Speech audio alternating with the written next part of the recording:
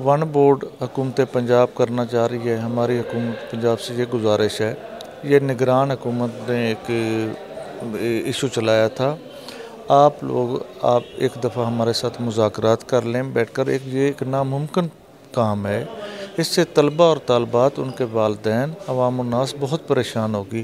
पूरे पंजाब का एक टाइम का पेपर कंडक्ट कराना एक बहुत ही जो ना एट ए टाइम मुश्किल काम है। किसी की गलती कोताही से वो पेपर खुल सकता है, उससे आगे मेडिकल कॉलेजों के हर चीज़ का, अपने इंजीनियरिंग यूनिवर्सिटियों के सारे शेड्यूल होते हैं, तो एक भी पेपर रिवर्स हुआ तो उसके अच्छे खासे जो है ना दोबारा ख़र्चा काफ़ी ज़्यादा हो जाता है बोर्डों का। इसके अलावा जितने भी पंजाब के बोर्ड हैं अटानमस हैं, आज तक गवर्नमेंट 1 रुपया उनको नहीं देती है, हर बोर्ड ने अपने फ़ंड जनरेट किए हुए हैं। तो हमारी हुकूमत पंजाब से गुजारिश है, खुदारा जो है ना भी इन बोर्डों पर रहम करें। मेरी यही रिक्वेस्ट है, अगर ये वन बोर्ड एजेंडा अगर बन जाता है तो रुझान वाले बच्चे जो हैं इतनी गुर्बत से वो जो तालीम हासिल कर रहे हैं, फ़र्क अगर एक बाप के 8 बच्चे हैं तो वो 6 काम करते हैं तो 2 को पढ़ाता है, वो 6 की मजदूरी से 2 पढ़ रहे हैं। अगर इतनी मतलब है, अगर वो लाहौर में चले गए, अगर फ़र्ज़ किया उसकी स्लिप रुक जाती है, उसकी तारीख पैदाइश का मसला है, उसकी अटेस्टर का मसला है, तो वो लाहौर कैसे पहुंच सकेगा? वो डीजी खां भी नहीं पहुंच सकता, वो कैसे पहुंचेगा?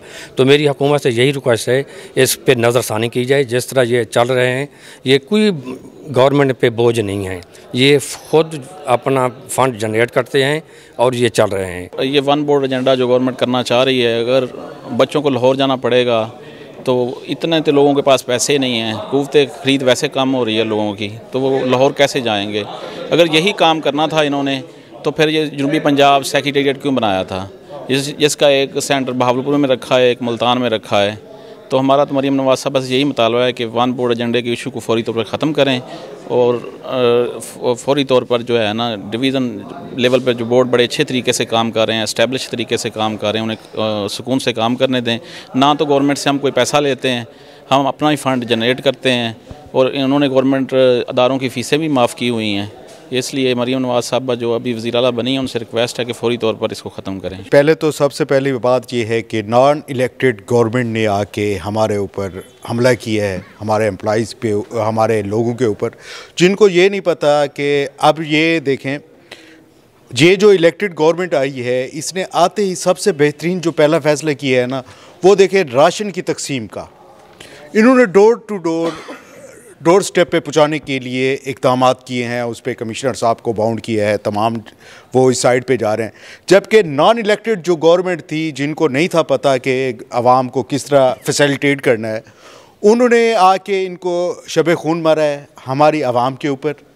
हमारी आवाम, हम तो गवर्नमेंट एम्प्लॉई तो अपना बोर्ड एम्प्लॉइज़ तो हैं, साथ ही हम पेरेंट्स भी हैं, हमारे बच्चों का भी मुस्तक़बिल इससे वाबस्ता है।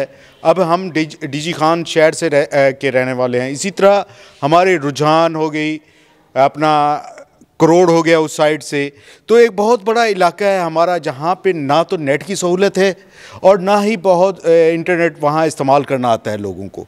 तो वो एक जगह से दूसरे मूवमेंट पे हमें, अगर हम देखें तो 8-8 घंटे का हमारा सफ़र है, तो किस तरह ये मैनेज करेंगे हम कि 8 घंटे वहाँ से फिर लाहौर? ये हमारी आवाम वहाँ बहुत ज़्यादा डिस्टर्ब हो रही है, तो लाहौर के ताबे हो के हम क्या करेंगे? इज़्ज़त नफ्स की बहाली के लिए उन्होंने हमें, हमारे गरीब आवाम को, इनके अपना राशन जो अब माह रमज़ान का बेहतरीन पैकेज आ रहा है, डोर पे पहुँचा रहे हैं, डोर टू डोर।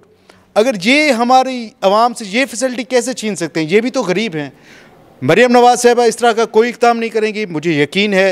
हम क्योंकि वो अरसद दराज से पंजाब की खिदमत कर रहे हैं, उस घराने से ताल्लुक़ रखती हैं। हुकूमत का फ़र्ज़ था कि इनको मज़ीद अवाम तक पहुँचाते, इनको ये ऐलान करते हैं कि हम आवाम को उनकी सहूलियात उनकी दहलीज़ पर पहुँचाएँगे, और ये उनको मज़ीद लाहौर लेकर जाकर जो सादकाबाद से चलेगा, जिसका एक मसला है। अब एक छोटी सी करेक्शन के लिए वो बहावलपुर पहले बोर्ड आते हुए परेशान होते हैं सादकाबाद से, अब वो जब लाहौर उनको जाना पड़ेगा तो उनको क्या तकलीफ़ होगी? अब ये मसाइल को बढ़ा रहे हैं, कम करने की बजाय। लोगों की मुश्किलात कम करने के लिए हर डिवीज़न की सतह पर एक बोर्ड कायम किया गया। 1976 के एक्ट में बाकायदा उसकी मंजूरी हुई ताकि लोगों को सहूलियात उनकी दहलीज़ तक पहुँचाई जाए। ये पिछली जो निगरान गवर्नमेंट है, इन्होंने आके शब खून मारा और ब्यूरोक्रेसी सियासतदानों को ब्लैकमेल करने के लिए इस तरह की छोटी छोटी खबरें जो होती हैं वो लगाए रखते हैं। और उन चीज़ों पर मैं आज भी चैलेंज करता हूँ कि बहावलपुर तालीमी बोर्ड या पंजाब के दीगर जो तालीमी बोर्ड हैं, कोई महकमा उनका सानी नहीं है। किसी महकमे में इतनी तेज़ी से काम नहीं होता। आप प्रेस वाले भी स्टूडेंट भी रहे हैं, आपके बच्चे भी पढ़ते हैं, आपको कभी बोर्ड से कोई काम पड़ा हो तो मुझे उम्मीद है कि आप मुतमिन आए होंगे। तो सबसे तेज़ तरीन अगर काम होता है तो वो हमारे महकमे में होता है। उसके अलावा करप्शन 0% है हमारे महकमे में। इसके अलावा बहावलपुर बोर्ड की हदूद मिंचनाबाद से शुरू होकर कोट सब्जल सिंध के बॉर्डर तक जाती है। एक बच्चा कोट सब्जल से चलता है बहावलपुर आने के लिए, उसको 5 घंटे लगते हैं अपनी सवारी पे। अगर वो बस पे आता है तो वो 1 डे बिफोर आता है, अगले दिन कोई काम करवा के अगले दिन वापस जाता है। मुश्किलात इतनी हैं कि आप सोच नहीं सकते।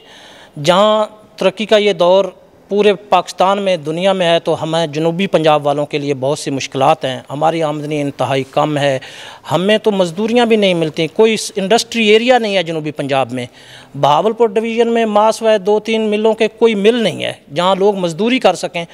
लोग रक्शे चलाते हैं, छोटे छोटे कारोबार करते हैं। अपने एक बच्चे को पढ़ाने के लिए पूरा जो ख़ानदान है वो अपने खाना पीना, अपनी ख्वाहिशात को काट कर फिर वो उस पे एक बच्चे को पढ़ाते हैं। तो खुदारा हमारी तो आपसे यही अपील है कि इन गरीब लोगों पे रहम करें।